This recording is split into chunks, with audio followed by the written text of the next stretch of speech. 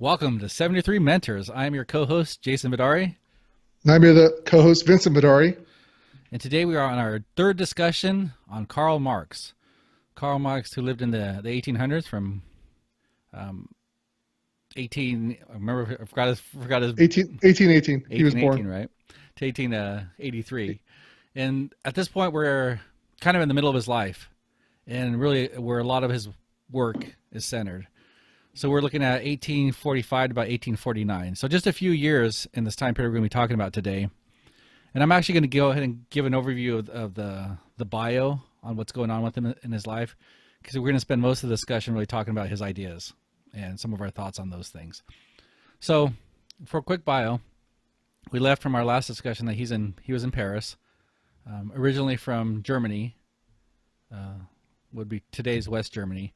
He's in Paris, and we talked about all the intellectuals and the other ideas he was mixing with all the I guess what I would say influential people of the time.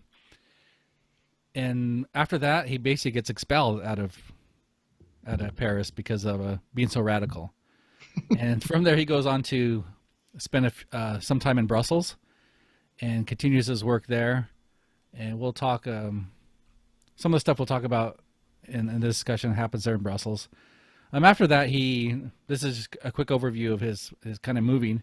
After that, he goes back to Paris briefly, and then back to Cologne, Germany briefly.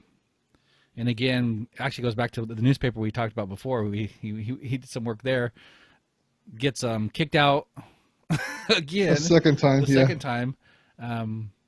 Goes back to Paris, but gets kicked out of Paris. And at this point, we'll end this discussion on today's talk, and he'll actually leave and head to London, where he's going to spend the remainder of his life. So here we're getting a little bit Marx getting knocked around Europe here a little bit. So it gives you an idea of what kind of character he might have been and the views that he had relative to his time. So that's it a little bit there. Vince, why don't you get us kicked off with making sure we understand who Marx is? Yeah, so I'm going to read about there's going to be three different quotes that I'm going to read from the book that we're reading, Isaiah Berlin's biography of Karl Marx. And this is just kind of give an overview of who Karl Marx was and who he became. So the first quote says this, quote, "The true father of modern economic history, and indeed of modern sociology, insofar as any one man may claim that title, is Karl Marx."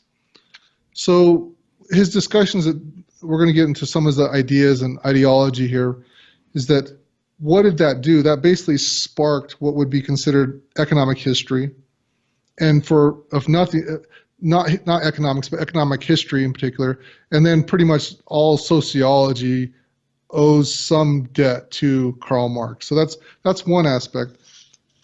The other one is, quote, "His achievements in this sphere are necessarily ignored in proportion as their effects have become part of the permanent background of civilized thought." So as Jason and I put together 73 Mentors, one of the things we wanted to make sure that we covered is that there are some individuals, we talked about Galileo, and we talked about Plato. There's certain aspects of their ideology that have seeped into Western culture, so much so that we don't even know where they came from. And what we're going to learn here as we go through and talk a little bit about his ideology is that there's some words that we use today. The idea, well, I'll mention a couple here, the idea of class struggle, the identity as a collective, that to a large extent comes from Karl Marx. So there are even some words that we use, proletariat, that we use occasionally today, that this comes from the writings of Karl Marx. He made those ideas popular. And so one of his main documents that he's written, and probably the one that's most accessible, it's the Communist Manifesto is what it's known by today. This is what Isaiah Berlin says about the Communist Manifesto. Quote, "It is a document of prodigious dramatic force. In form it is an edifice of bold and arresting historical generalizations, mounting to a denunciation of the existing order in the name of avenging forces of the future. Much of it is written in prose which has the lyrical quality of a great revolutionary hymn, whose effect powerful even now, as probably greater at the time. So, the Communist Manifesto, we're going to go in depth about it in future podcasts, but right now, just get an idea of its historical significance at that time. That as Karl Marx is writing this, this is at the edge or the genesis, if you will, of the Industrial Revolution. So you have this, the monarchies are starting to crumble, the feudal system starting to crumble. You have the rise of the industrialist, and then you have the movement of people from a feudal system to workers or laborers within these factories. And so this comes all about when Marx is writing about the system, and the Communist Manifesto is basically talking about a class struggle. Yeah. Go ahead, Jason. Now, you're talking about how common some of these things become in our society. We may not even realize it.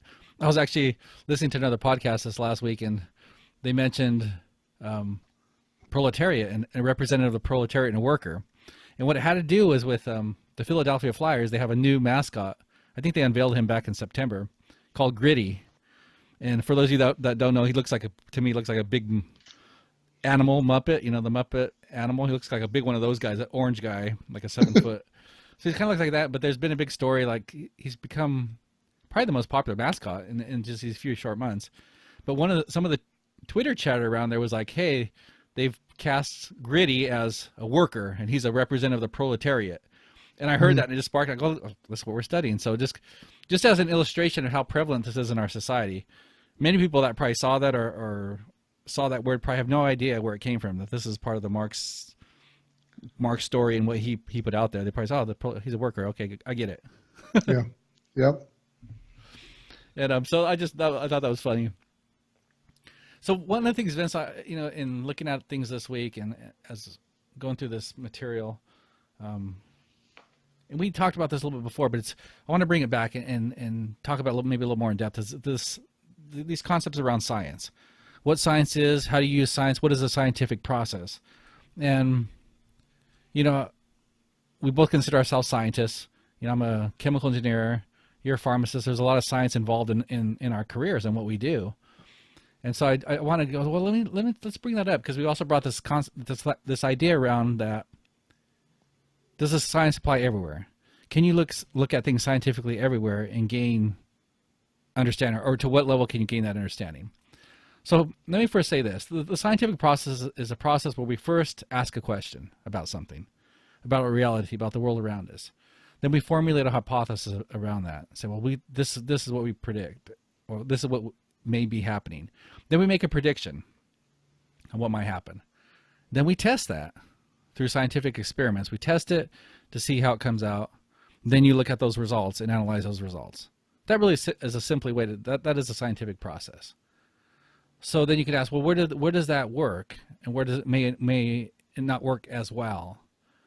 And in the hard sciences, I think you can see that where you can actually do experiments and test things. Especially within a laboratory, you can very much envision that, hey, in this area, I can really test this. I can put these chemicals together.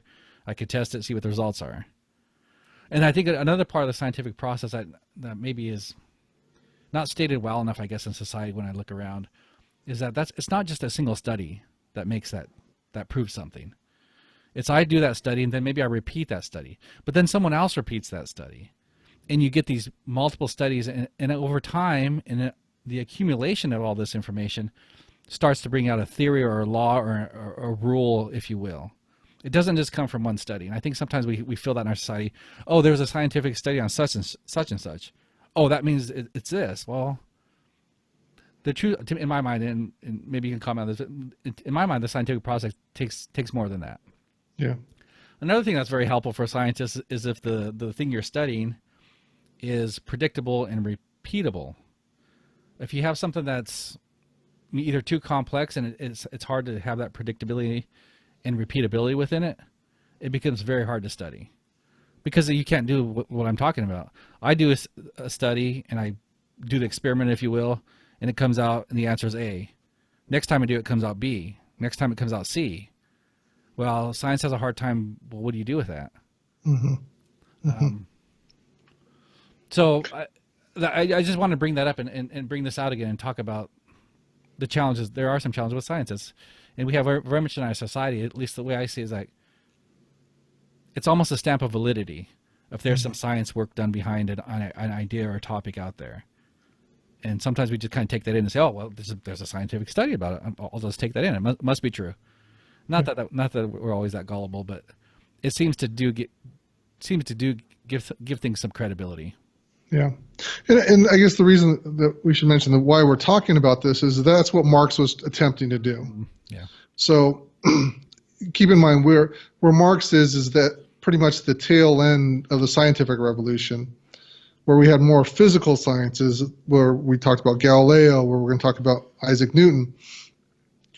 Marx, as I mentioned from the quote, he's moving now this into the social sciences. That's why he's considered the father of social sciences, is he's attempting to move a scientific method, if you will, or a scientific approach to the social sciences.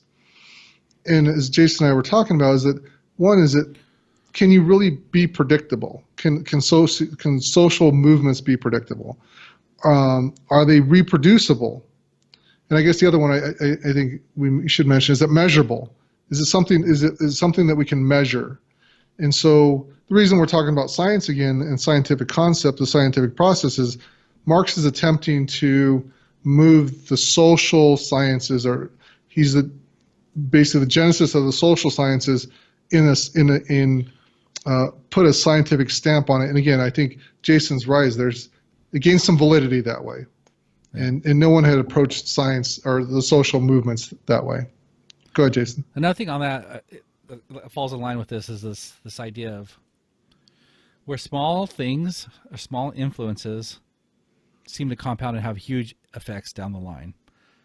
Sometimes this is classified within chaos theory. The classic example is that you have a butterfly that flaps his wings in Brazil, and then Houston gets a hurricane later on because of that. That seems kind of outlandish. It's kind of a weird concept, but I think here's one that I'll share a little story that I think is more relatable. So this is a story back in the early 1900s, and this was with the Tsar Frank Ferdinand and his wife when they were assassinated in Sarajevo. And so what happened, they were part of a parade and stuff that was going on, and there was plans for several different people to try to assassinate them. Well, that didn't quite happen. They actually hit the wrong car during this procession. And so that they ended up, Ferdinand and his wife went to the hotel and got out of the harm's way. But a little while later, they said they wanted to go to the hospital and visit the people that were injured. So they got in their cars and they went to go there. Well, they failed to tell the drivers that they were going to the hospital. So en route, the drivers got word of this and they had to stop. They ended up backing up, going down this other side road. And when that happened, there was a man named Gavrilo Princip. He was a 19-year-old, and he was one of the guys that was trying to assassinate the Tsar. And he happened to be in a cafe on this very street where they decided to go. And because of the change around and everything, they basically stopped. They were stuck on the street. And he saw them there, got out of the cafe, went and ended up shooting both Franz and his wife and killed him right there.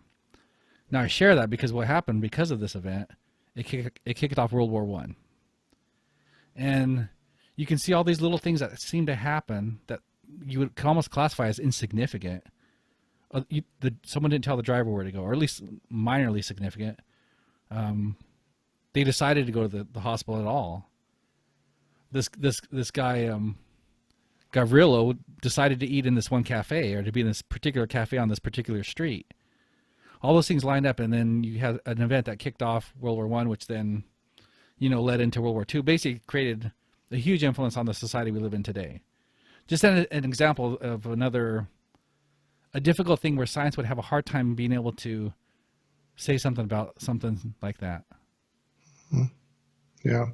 Well, it's interesting is that even about that story is that there were so many alliances that were formed, because this is in Sarajevo. What does that have to do about Germany? What does that have to do about France?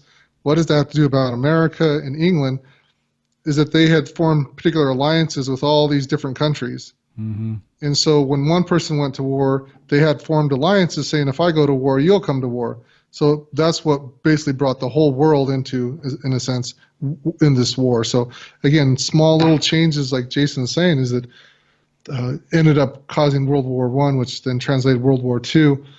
But what we're getting to is that, can you use the scientific process, as Jason outlined, to, one, even measure this, predict it, observe it? Is it possible to use the scientific method to do anything with this?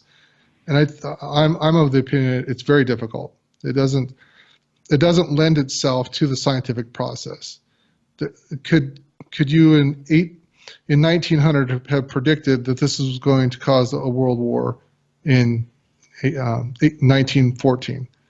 And if you could, then you would have probably not formed, if you were head of one of these countries, nation states, and you probably wouldn't have formed some of the alliances that you did, because you wouldn't want to. There was no reason for some of these countries to be pulled into this war outside of the allegiances they had. So again, this is going back to why we're talking about the concept of science, especially when you're looking at historical events. Yeah. So I just did closing this idea about science. To me, as I was going through this and looking at it, it really became in this area of, I kind of came, it feels like degrees of knowing, or degrees of, because sometimes we want to, I think the natural tendency for us as humans, we want to know, right? I want to know yes or no. I want to know true or false. I want to know A or B. I don't want to have this ambiguity where I don't fully know. I can't fully say yes. I fully can't say no. I think that falls into our natural biases. So our inclination is get me to an edge, get me to one of the conclusions that makes sense. And as I was thinking, I go, well, that's, I guess in my experience as I'm getting older now, I think there's a lot of things in my life where there is ambiguity. I'm in a gray area still. I can't say for sure yes or no. I can't say for sure true or false. And so it applies to what the arguments Mark is about to make, but I think there's some value in just contemplating that. I guess for myself, that's where I'm at. It's like to contemplate that I'm okay being in some ambiguity on certain things. Doesn't mean I'm going to stop exploring. It basically says, yeah, there's more exploring to do, if anything, and also maybe having just a broader look at, hey, how science plays into all this as well. Because I highly value it, but I think part of that was that sometimes you see that stamp of, hey, there's been some scientific study on this, therefore it's good. It's trying to push you in one way or the other, and I don't know if that's always conclusive. Yeah, I mean, the last point I'd like to make about the idea of science in this area is that it feeds into one of our biases, which Karl Marx is going to talk about, is that you've created a system where everyone has these biases that feed into the system that has these biases. So there's this circular system. And we're in a culture where, to a large degree, you're right, we don't like to be uncomfortable. And one of the ways we get rid of, or at least resolve some of our discomfort, is to say, oh, it's scientifically proved. Or we see a paper or a news clipping or internet news flash about some scientific discovery, and we're able to move that to something that's decided, something that's firm. And when we start talking again about Marx, he's going to talk a little bit about biases that we have in a system or institutions, and we just take that as truth. And one of the interesting things is that in the past couple months, these three people, their names are Helen Pluckrose, James Lindsay, Peter Bogason, are individuals who wrote fake or bogus articles, hoax articles, 20 hoax articles, submitted them to these journals, and quite a few of them got published. And they were all to the social sciences. They were attempting to prove how invalid some of these scholarly, what are considered scholarly journals are, when they're able to basically fabricate all the studies, all the data, and then still get published. And these were peer reviewed. These are not articles or blog sites. These are actual journals that are peer reviewed, which means people of that particular section scholars, academics review these articles before they even publish, and still they were published. So it goes back to the idea of, do we put too much trust in science in certain fields, and how much of it is real and how much of it is not? And again, because we've, to a large extent in our culture, seen the highest level of rationality or validity as scientific methods, should we still have that? And if so, should we question more? Should we be more skeptical of it? But Yeah, I almost see two sides on that. As you're explaining that, I'm thinking through that. See, I want to trust the good science. I want to trust it and know it. But when you have poor science being passed off as good science, it causes a distrust of all the whole system. mm-hmm. I think we're seeing some of that in our society too, where people are just not trusting the experts anymore, not trusting those who know the topics, because they felt some of this. Exactly what we're talking about. Well, there's so many studies about this. I don't trust anybody anymore. I'll just go on the internet and figure it out myself. Yeah. Which is difficult because there's so much information out there. Yeah. No, I agree. I think one of the doctors said, we were talking, he said that sometimes he's tempted to tell patients, don't substitute your Google search for my medical degree. It's basically what he's because I mean you're right, we have so much information, and to go into a Google search to think that you can glean all the information you need from an internet search, a Google search, that someone who's been trained to do this is difficult. I mean, it's, if not impossible. There's a lot of subtleties in there, but you're right. I think there's two sides of it. There's maybe some too much trust on one end and not enough trust on another. So that's a tough position. Yeah. So why don't we get into Marx and talk about his philosophy? Okay. You know, the basic thing that comes across right away is it's all about class struggle. Class struggle is really the human experience, and has been the human experience, and will continue to be the human experience until, I guess, we'll get to his end view of where that ends, and the more ideal society. And my first question, I was looking at that, I'm like, oh, I guess maybe I was just reflecting on my own thing, Vince. I was like, wow, that's interesting. I guess I haven't felt that myself, that my life has been about class struggle. And I had asked myself, like, why is that? I go, not that I haven't struggled, but I don't see it as me fighting some other class through my experiences. And I don't know if I have a full answer for that, but it was interesting for me to see that other viewpoint, right? Where someone says, hey, it's all about class struggle. I'm like, oh gosh, I never noticed that in my own life. I don't know what's your thoughts on the class. Well, I think it's interesting that we've moved, and I'll read a quote here shortly, is that we've moved from a period where it was all about the individual. That's what to a large degree the French Revolution was about. The Protestant movement too is about the individual freedoms. And Marx more or less discounts that and puts it as a collective struggle, which I find interesting. Is that, and go back to one of my quotes that I read earlier, is that some of his thoughts have permeated our system today. So we have classes, if you will. We have groups now that you identify with. You're a particular ethnic group. You're a particular racial group. You're a particular economic group. You're a particular gender group. It's like, again, is what you're talking about, is that there's so much diversity within each group, but yet you're identifying as a group. And I think you probably find it a lot more today than maybe at his time, but still, is he moved it from the individual to the collective. And this idea of class struggle,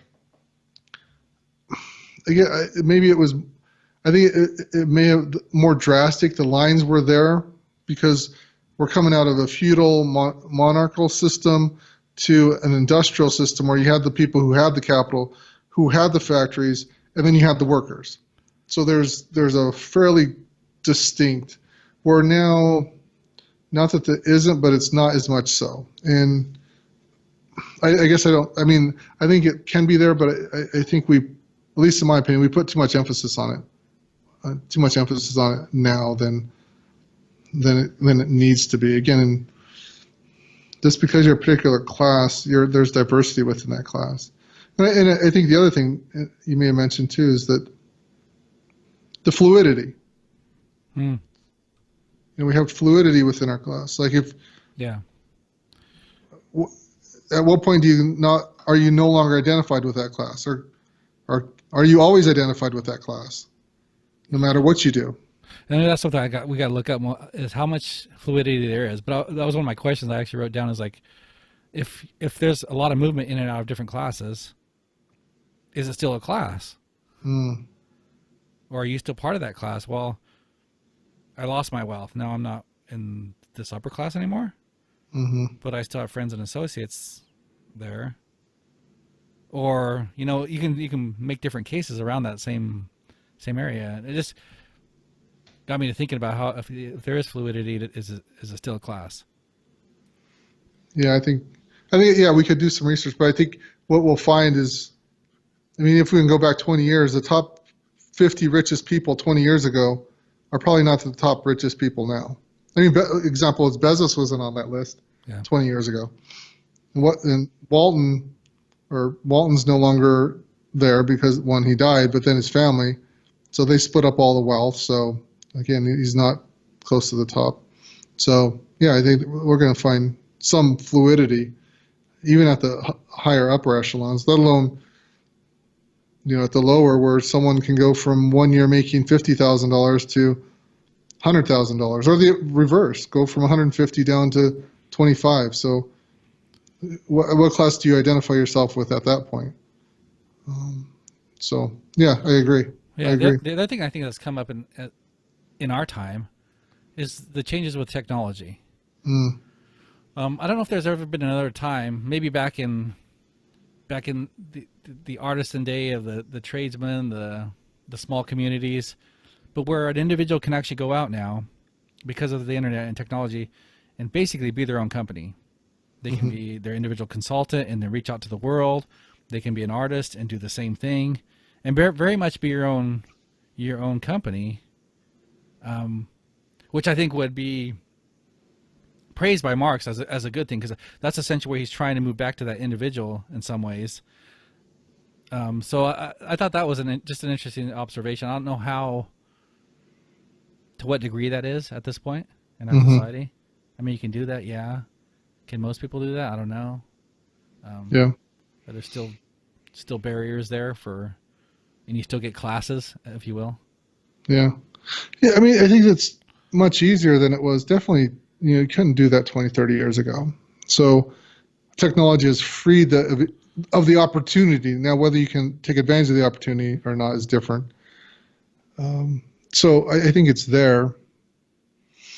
I guess the other interesting aspect that Marx was talking about is that we have these systems, these institutions that keep more or less self-delusion perpetuating. And that keeps everyone in place. That keeps all the class structures where they are. So the bourgeoisie who are in control, the proletariats who are then enslaved to the bourgeoisie, according to Marx, we've created a society that keeps those classes in control by saying, this is the only way to live, these are the best systems that are available. And I think to some degree, and this is where I kind of agree with Marx a little bit, is that you see these technologies freeing up individuals. Let's even use Marx's terms. You see it freeing up the proletariats. The everyday individual can then, as Jason was mentioning, can then become an artist. He can have his own little business, and he can allow himself or bring himself up out of in slavery, if you will, to a corporation or a company. He can become his own being in whatever he's suited to be. He can become. He becomes, as Marx would say, he starts to develop more natural relationships with his other fellow man. He's providing a service to them, and they're providing a service back. That's what our modern day technology has done. But now we see the government, the U.S. government in particular, is saying, wait a minute, Google, Twitter, Facebook, you have to put a stop to this. You have to do this in the name of safety. Get rid of some of these things. So then you see certain individuals not able to as easily free themselves. Hmm. So that maybe to some degree points to Marx as the government was in charge. They don't like to see people freed too much, so let's put some barriers in place. So again, maybe Marx does have a point. Is that the people in charge like to stay in charge? The bourgeoisie will allow people to be free up until the point where they say, well, wait a minute, hold on, you're getting too free. So that's part of the idea, Jason.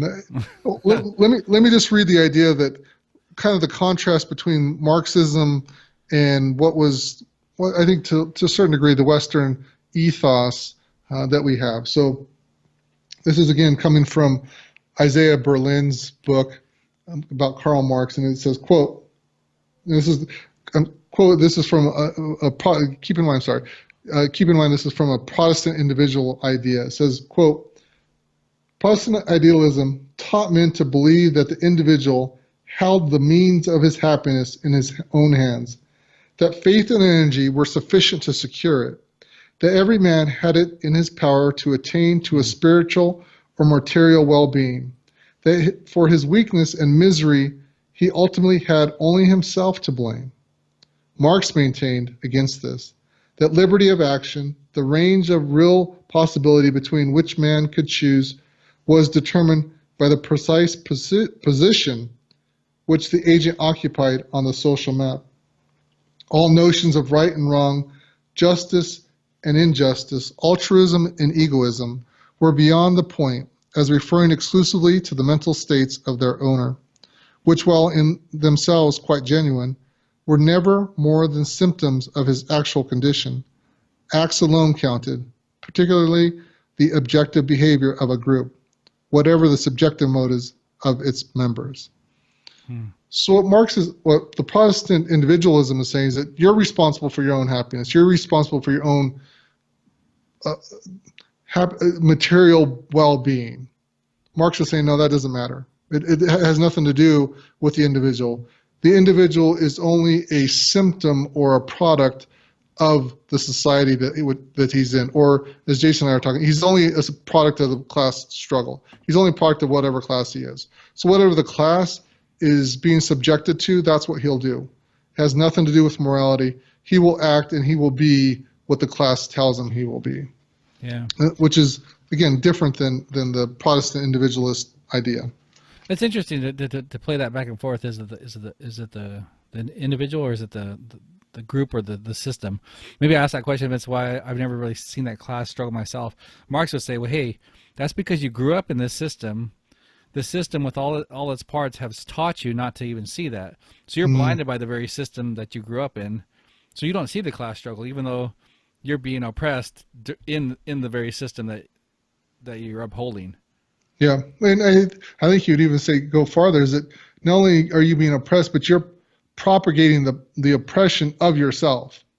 You're so self-deluded of the system that you're actually advocating. You and I advocate for capitalism because we think it's a good system. At the same time, we're enslaving ourselves to it. Yeah, no, I think we said that. And Vince, I've been trying on this. Yeah, I guess Marx is the first time I've been challenged like that, because I don't come agreeing with him from the foundation. So I've been trying not to make the arguments against him, but trying to understand what he's saying first, and actually trying to make a case as Marx, or at least in support of some of the same ideas. And I came across a couple stories or little cases, if you will, with some numbers to them to put some of this in perspective, and maybe try and throw myself out of the system here and look at it from a different vantage point. But let me share a few things with you here. One of them has to do with Jeff Bezos. Jeff Bezos is the founder and the CEO of Amazon. And so in the first half of 2018, he went from a worth of about 99 billion up to over 130 billion. So breaking that down, let's break that down. I'm going to break it down and put it as if it was income. This is his value. This is his growth. This is income growth. And what that translates down to, he was making about $275 million a day. Or let's bring that back down to the minute, so it feels like a number more not quite close to what we feel as most of us, but If you take it down to the minute, it's $191,000 a minute he's making. So I went and looked this up. So the average household income in the United States, about right now, is just right around $60,000 a year. So I made myself. So this is the question I asked myself: how can a system allow Bezos, and I acknowledge that, hey, he's done great things. He's providing a service, a company that's helping a lot of people. He works hard, intelligent, all those things.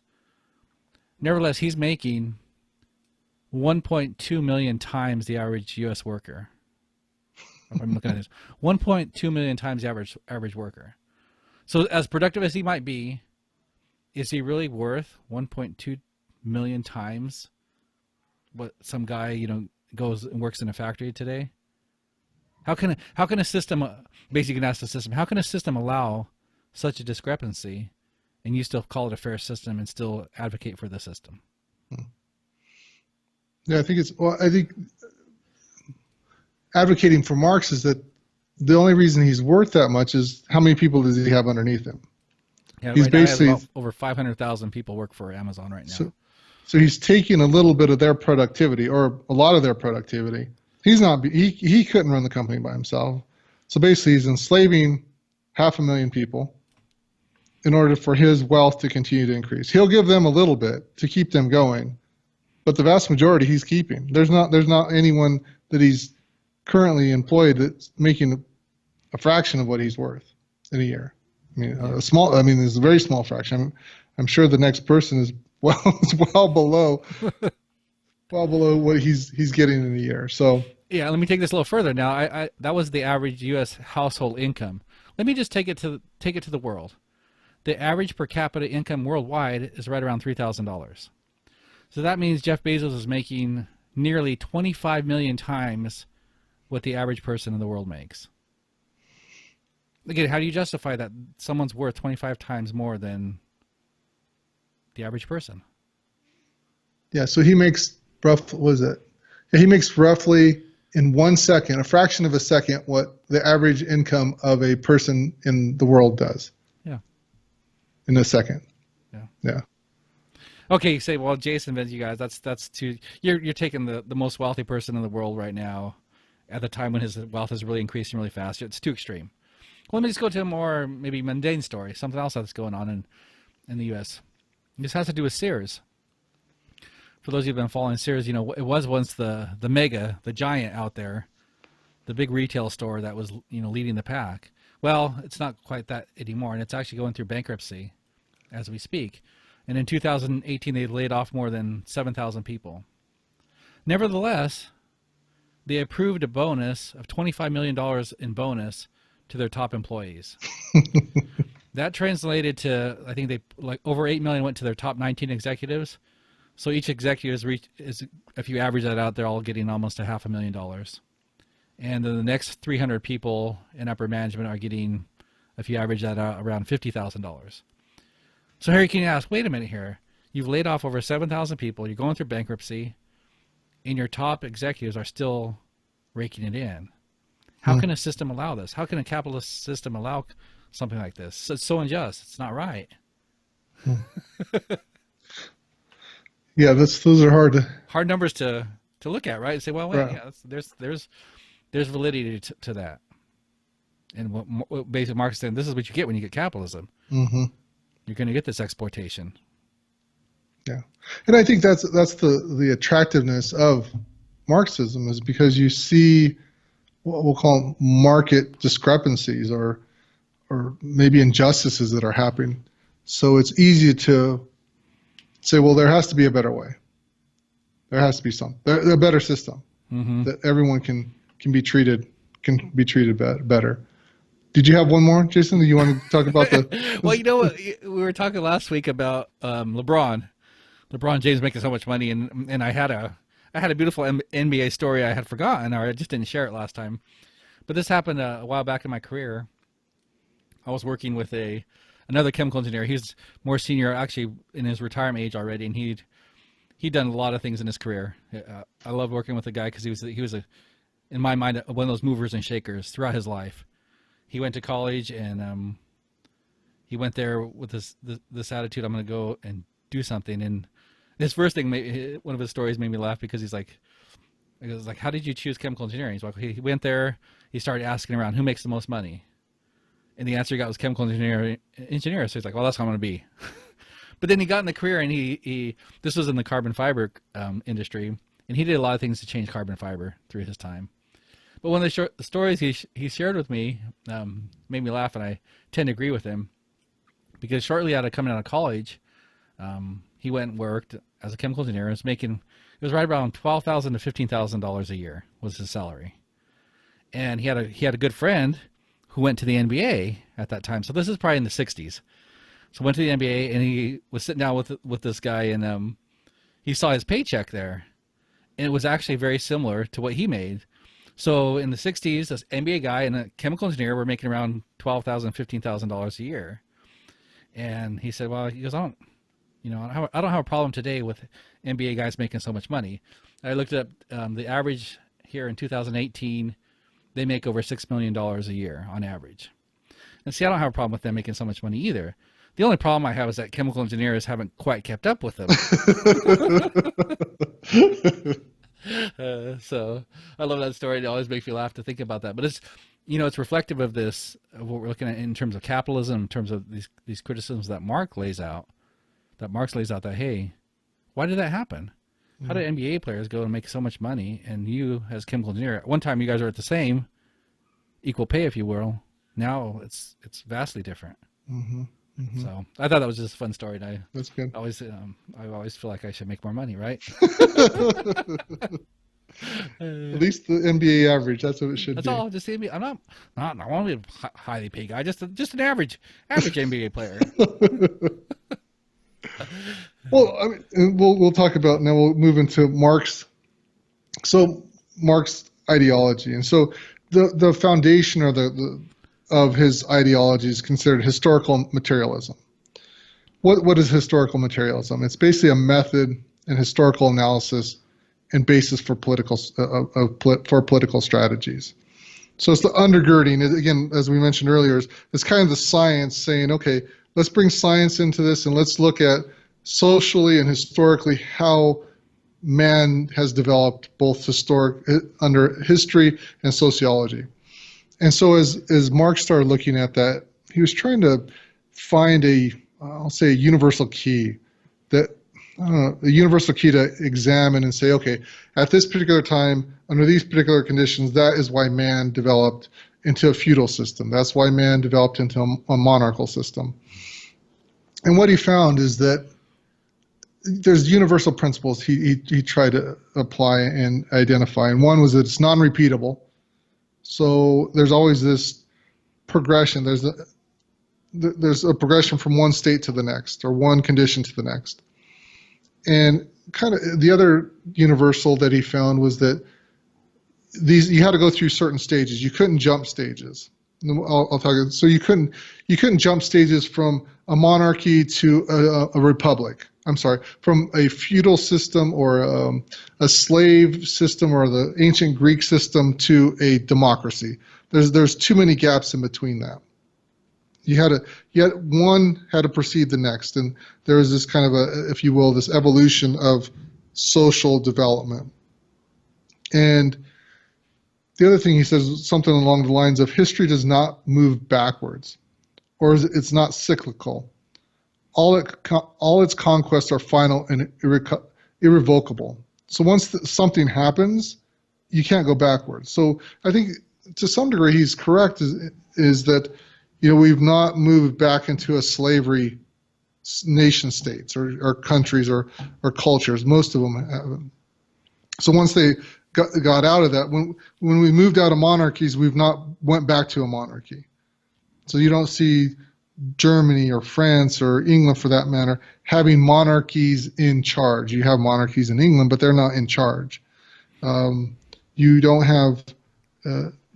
One of the things is, it's moved to a socialistic system, and so he wasn't here, but for us is we've moved to a socialistic system. You don't see it move from a socialistic system back to a monarchy or back to a republic or a democracy. So one of there's two is it's non-repeatable. and it's moving from state to state, kind of this evolutionary point of view. If you want to use a biological, you move from a cell to multi-cells to small animals to, let's say, a cat to a tiger. You don't go from a tiger to a single cell organism again. So his point was that you're moving in this way. One of the ideas is, so you went from the ancient world, gave way to the medieval, slavery to feudalism, from feudalism to the industrial bourgeoisie.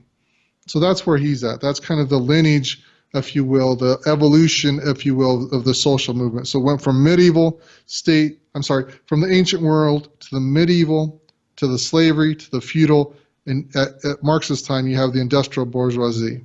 So that's kind of the movement that he was seeing in what would be the undergirding of historical materialism. But one of the core thoughts of this, and Jason, I've already mentioned this, is that it's class conflict. That's what all it is. It's, according to Marx, it's a class conflict.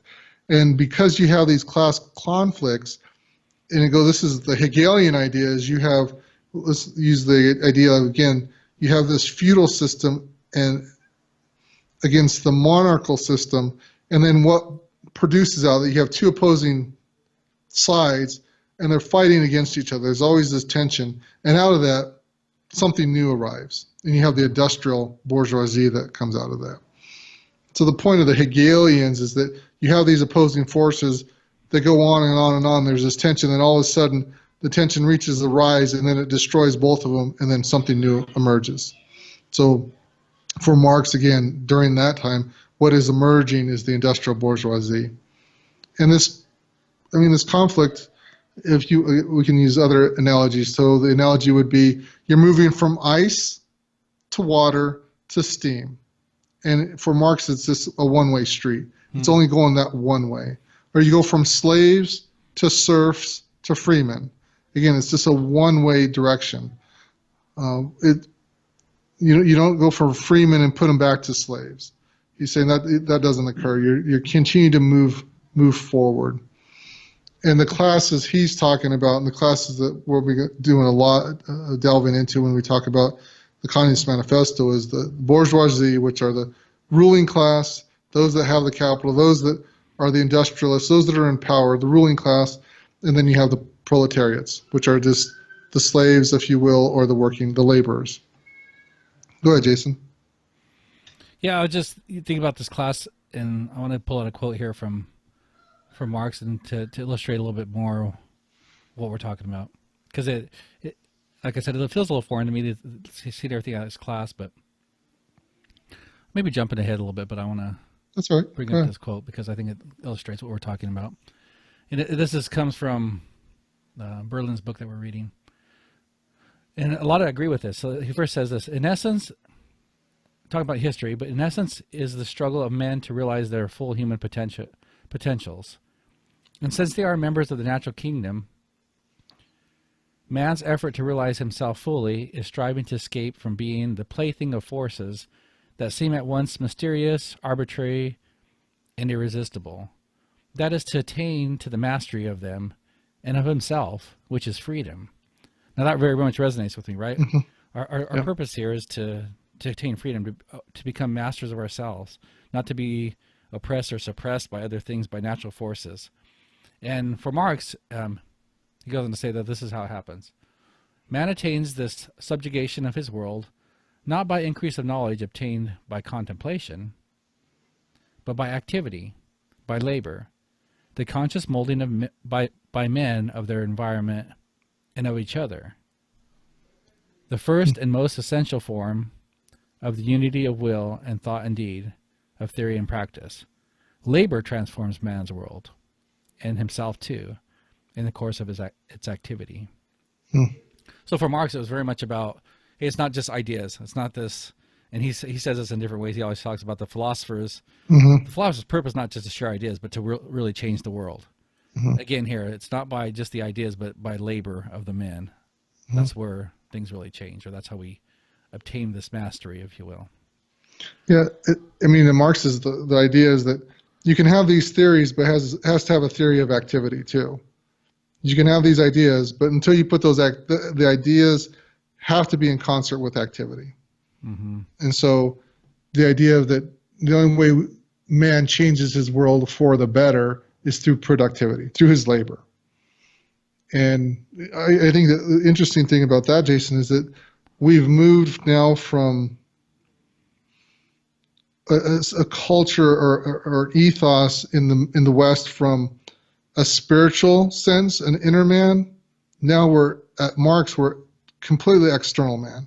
Hmm. It has nothing to do with your internal being. It has nothing to do with your virtues, or if we go back to Plato, it has nothing to do with a rational mind in the sense, a rational mind that is Plato discovered.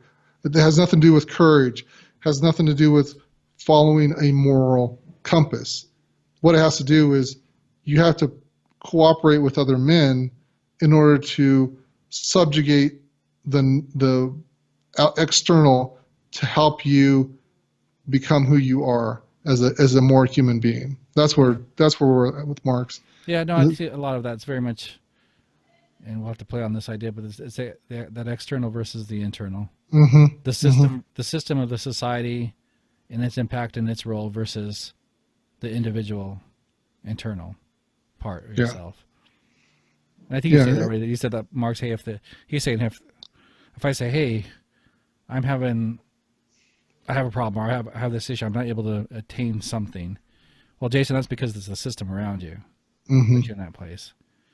Where I think you and me, Vince, may be more like, because of what we've come up through, and maybe because of some of the religious background, and we're saying, hey, Jason, you internally have some role in that as well. Right. Your characteristics, your morality, that, hey, that's something that you have control of, and you have a role to play in terms of your where you end up. Yeah. No, I agree. I think, yeah, obviously Marx is focusing more. I mean, if you want to get into inflammatory language, you're saying you have the proletariat and the bourgeoisie. Then you have the oppressed versus the oppressors. And even more inflammatory, you have the exploiters and the exploited. Mm. So, I mean, he would say, well, the reason you're not attaining what you could or should be attaining is you're being exploited. And I think we'll get into some of this, is that right now is that Marx's idea or ideal human society is one of a social cooperative group. It's a collective. Everyone's working not for any more than what they need, but for what everyone needs, and nothing more. There's no accumulation of wealth or material. So that's where he's going, in that the only reason that you and I and society in general doesn't have a more equal distribution of stuff is because of the system. The capitalistic system now does not seek or does not reward or doesn't even acknowledge that that's a possibility. And you and I are in self-deception in believing that this is a good system for us. And all we're doing is we're being exploited by the capitalist, or we're being exploited by the exploiters, which are the people or individuals who have the capital, who, if you want, you can point to Jeff Bezos. So he's extracting a little bit of me every time I get a book.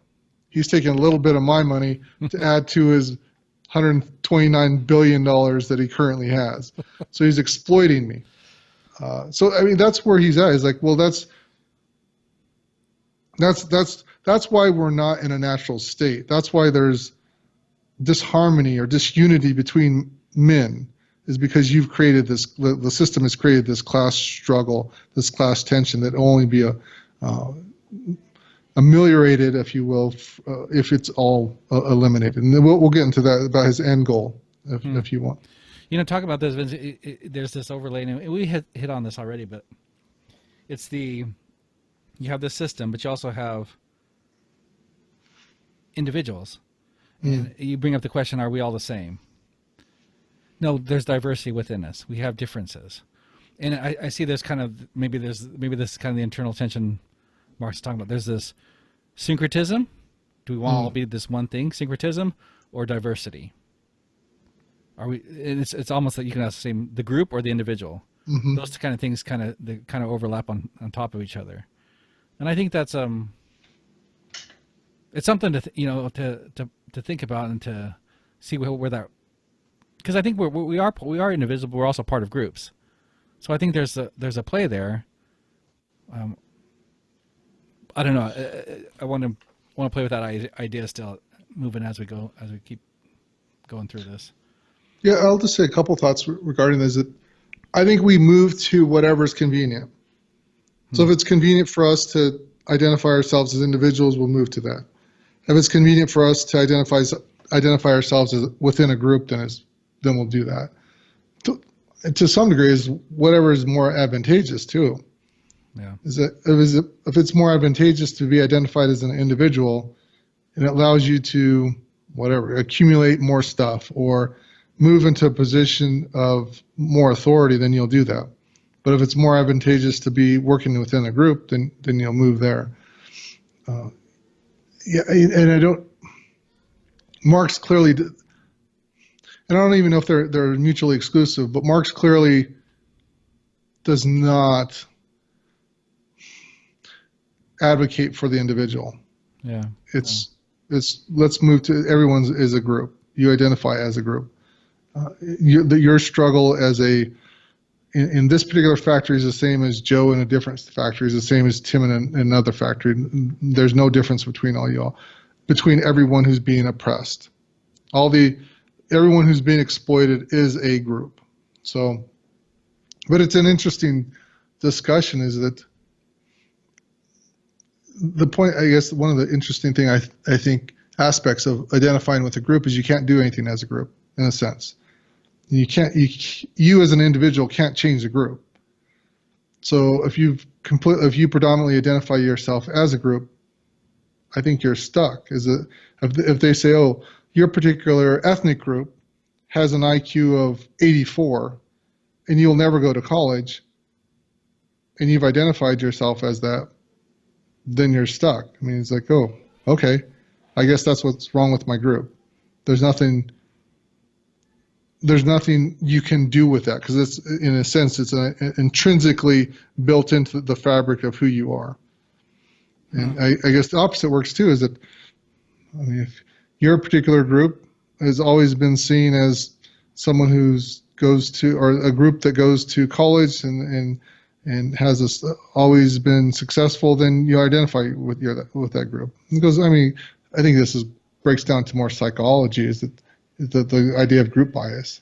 So, Yeah, I think there's a tension there. I think it's going to keep playing with it as we move forward. I don't have answers right now. I'm just kind of, it just sparked in my mind that there's multiple layers of that same individual versus group and differences between us versus we're all the same. And we see a lot of that playing out in our society even as we speak. You see that either groups fighting, hey, we should be identified as groups, versus others saying, no, we should be individually. yeah. Yeah, so that's still going on. Well, I'll read a quote here. This is where I always had the misconception that Marxism wanted to the proletariats wanted to overthrow the bourgeoisie and then take rule. And the idea of the exploited wanted to overthrow the exploiter and then take control. And I misunderstood that because this is what it actually is. It says, quote, hence this end can be achieved not by creating equality between classes, a utopian conception, but by the total abolition of classes themselves. So Marx's endpoint is not to have, okay, the bourgeoisie are above the proletariat, so let's bring the bourgeoisie down and proletariats up, and then we'll have a unified class. No, the whole idea is that there's no classes of any kind anywhere.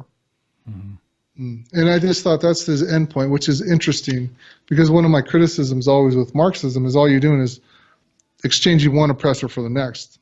When you have turnover, when you have revolution, all you're doing is one oppressed becomes the oppressor in the next generation or the next revolution. So you have this continually cycle. And he's like, well, no, I'm advocating for elimination of all classes. There's no classes whatsoever. Yeah. If you take his idea further, basically it's not only classless but stateless. Mm. It's a stateless, classless world. Mm. Classless world. Not classless in that way, but there's no more classes. So it's this. See, I think we get back to that. Well, we're on the same plane. There's an equality with this. And part of his argument, he goes back to say, hey, this is the natural state. This is our communal living that we came from. If you want to think back in tribalism. And this is a recent idea that came to me, Vince, I just shared with you earlier, is that, I thought, being here in the United States here and us having some ancestry that's Native American, and hear some of the stories and stuff, I always thought, when as the the Indians were being moved across the country and become less and less, and they're fighting to hold on to their tribal way of life. It never occurred to me that that was an appealing way to live until I heard someone explain it. I say, no, that kind of life, that communal living, if you will, is very appealing way to live. It's a happy type of life. And I got to, and he explained it, and I've also done some thinking about it since then. It was like, yeah, I could see that. You have your little community together. You know everybody in your community.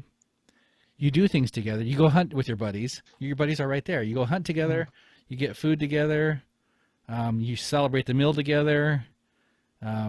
Your wife and your kids, and then your extended family are all probably right there with you as well. So what are you doing? If you're securing your basic needs of food and shelter and those sort of things, what's the rest of your time spent with? Oh, you're right there with your community.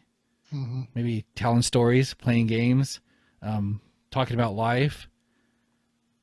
And it became apparent to me that that's appealing.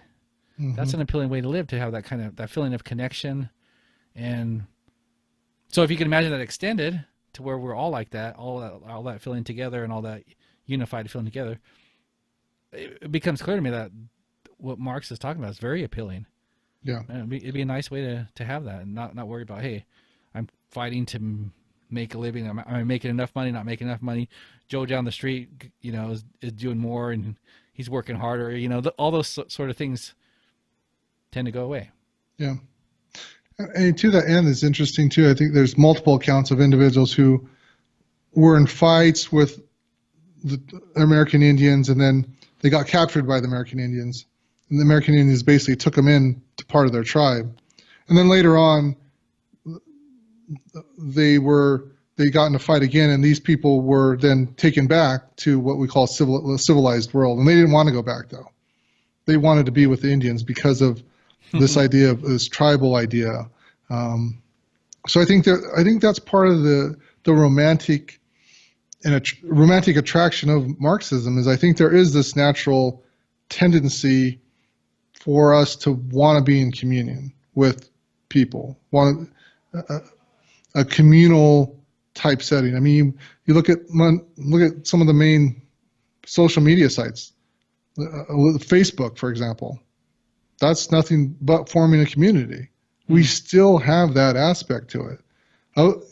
All the other ones, when you share social media sites, it's a social media site. What are you doing? You're trying to get people to say that you're okay or that you're part of this virtual community. The more people you have, I would imagine the more validation you have for who you are and how you fit into the world.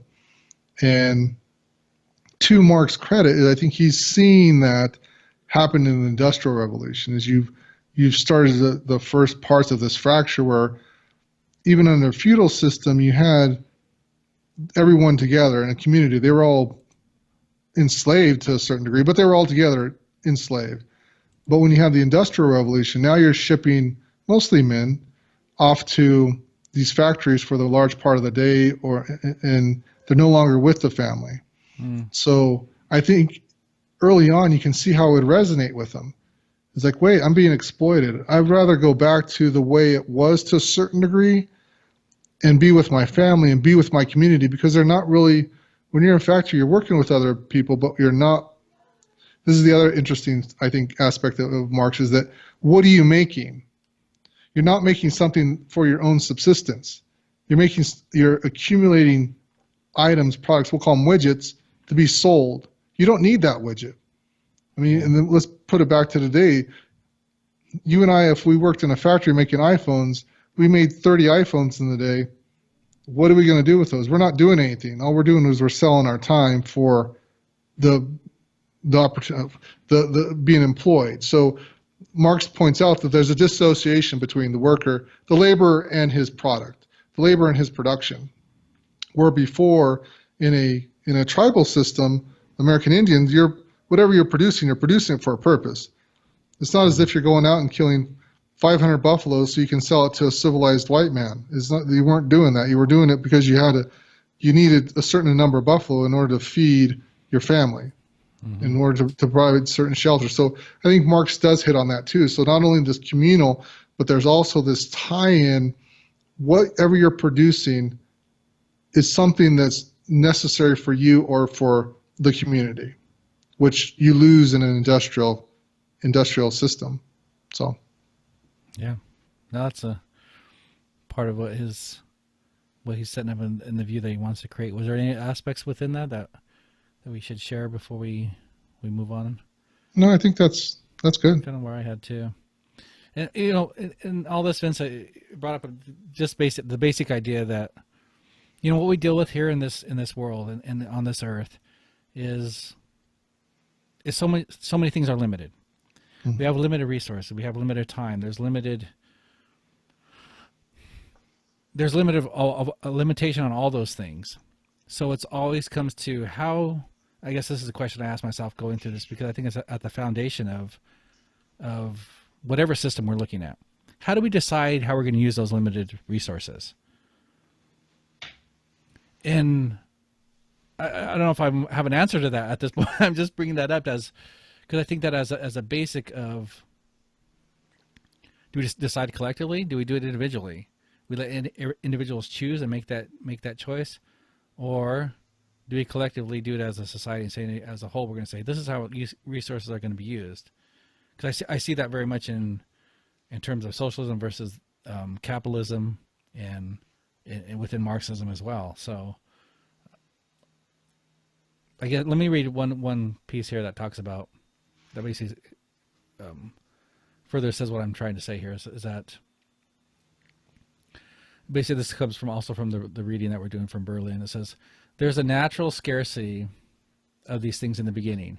Hence, those who secure them are able to control the lives and actions of those who lack them, until they, in their turn, lose possession of them to their subjects, who grown powerful and cunning in their service, oust them and enslave them, only to be ousted and exploited by others in their turn. So again, these limited things, these limited resources become the things we fight over, and then we, according to Marx, that's part of that oppression, is because some of us have control of them and some of us don't. Mm-hmm. Yeah, I mean, you can see that. I mean, again, Marx hits on it, and I think he's a little bit obviously ahead of his time. Is that, I mean, you were talking about Sears. So Sears at one time had the market share of all what would be considered big box companies, right? So now what happened next? You have Walmart. Walmart comes in and basically, to a large degree, eliminates a lot of the there's only so limited resource. There's only so many consumers out there. Yeah. So Sears had a large portion of those. Then they were eliminated to a large degree by Walmart. Well, what's happening to Walmart now?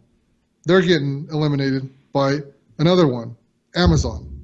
So again, it's this idea of that, the first one to the market, or the best one to the market, tends to control the market for a certain time period, and then eventually whoever they're subjugated to overthrows them. So at a certain point, there's going to be someone better than Amazon. Someone's going to control Amazon, and Bezos won't have all that money anymore. But yeah, I don't know. I don't know how you determine that. I mean, do you put it under central control of a government to say you only can have so much food and so many books and all this stuff? Or do you leave it to what we would ostensibly call the free market? I don't know. I guess the number of items is just so multifarious. I don't know how a centralized decision making can do that. I think Marx had the notion that could happen, even though it's multifarious. That you can have a, a group of individuals collectively decide. I find it hard, though. I don't know. I don't see it. But again, I think he resonates on certain aspects. He does resonate on certain aspects that make sense. He does.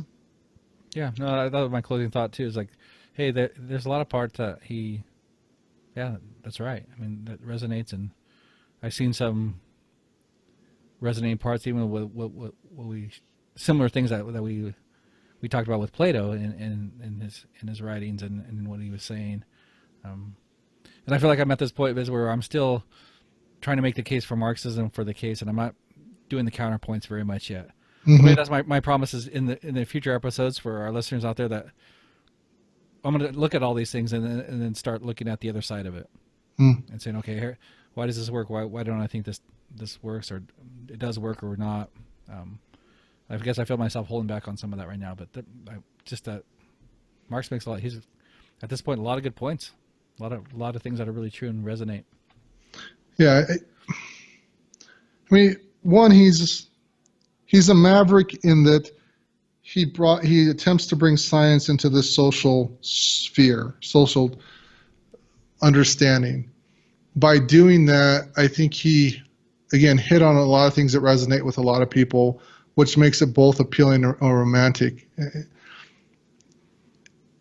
And I think, like most of the people that we're going to talk about, and the most people we've already talked about, there's certain aspects that are right, and then there's certain aspects that are. None of these individuals are binary. They're not all wrong, and they're not all right. And so I think that's where you and I are, is that, okay, let's try to make the best case for Marxism, which I think you can make some very valid arguments for it. And then eventually, I think, look the other side too, and try to see where they fall. But that's my closing argument. I mean, my closing thoughts on this part of his life.